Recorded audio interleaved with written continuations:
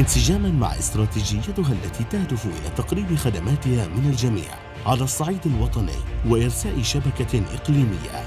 أنشأت مجموعة أكديتال مؤسستين صحيتين من الجيل الحديث لتعزيز العروض الصحية في جهة فاس مكناس: المستشفى الدولي لفاس، المركز الدولي لعلاج الأورام فاس.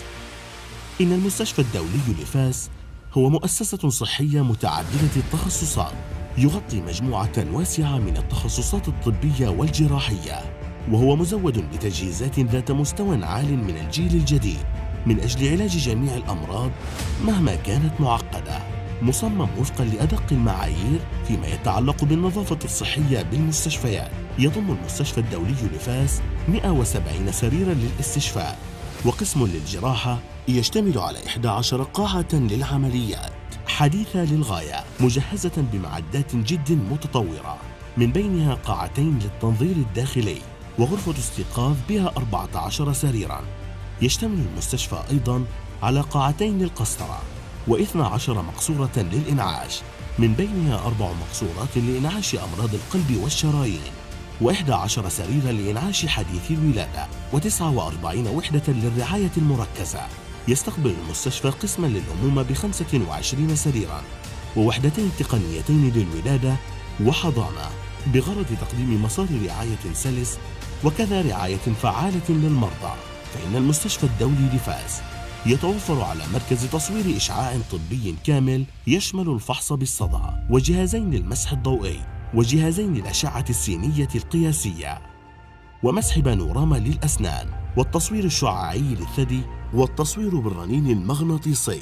يوفر المستشفى كذلك خدمة طوارئ على مدار الساعة وطيلة أيام الأسبوع، بالإضافة إلى الاستشارات التي يقوم بها أطباء التخدير والإنعاش.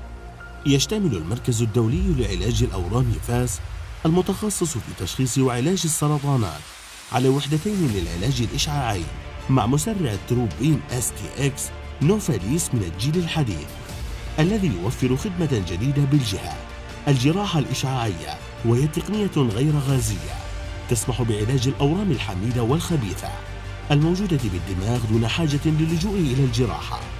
تضم المؤسسة قاعة للمعالجة الكثبية معدة بجهاز للعرض عالي القوة، ووحدة للطب النووي توفر خدمة الطب التعويضي وماسح التصوير المقطعي بالإصدار البوزيتروني، ومعدات التصوير النووي السنتغرافيا. كما توفر قسما للعلاج الكيميائي مجهزا ب15 سريرا، ووحدة للعناية المركزة بها 9 أسرة. ولضمان اشتغال هاتين المؤسستين وفق معايير المجموعة، فإن أكثر من 250 موظفا يعملون على خدمة المرضى في مختلف الأقسام على مدار الساعة.